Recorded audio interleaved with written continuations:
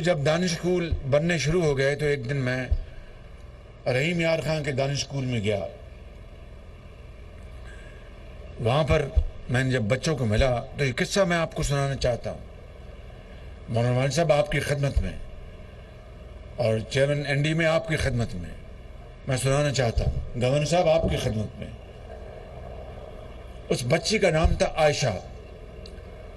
تو میں نے کہا بیٹی آپ کے والدہ کیا کرتی ہیں؟ ان کا کہ وہ تو انکل شہباز کئی سال ہو گئے ان کا انتقال ہو گیا. میں نے کہا اچھا. تو میں نے کہا آپ کتنے بہن بھائی ہیں؟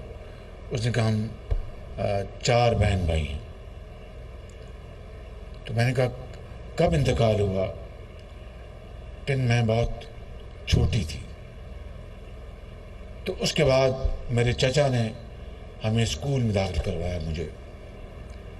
تو ایک دن میری جو ٹیچر تھی وہ دوڑی ہوئی میرے پاس آئی اور کہا کہ فوراً عائشہ آؤ تمہیں ہسپتال لے کے جانا ہے.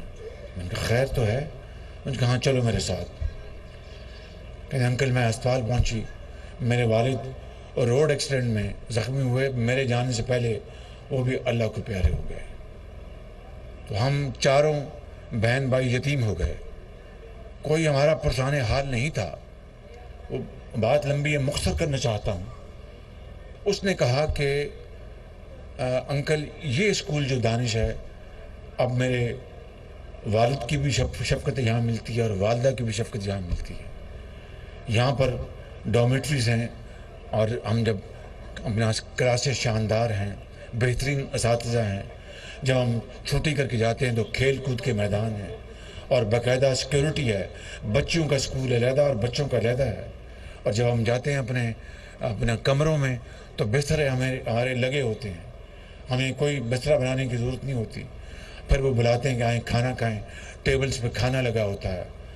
تو شہباز شریف صاحب، میں نے اپنے والد کو میں کہا کرتی تھی کہ میں بڑے ہو کے ڈاکٹر بنوں گی. اب میں ہر رات ان سے بات کرتی ہوں اور کہتی ہوں ابا میں ڈاکٹر بنوں گی.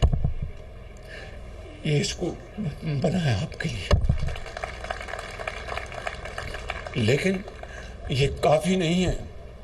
مجھے وہاں پر بچوں نے کہا کہ اس کو دانش اسکول بنائیں اور یہاں پر بھی کھوسا صاحب نے کہا کہ دانش اسکول بنائیں.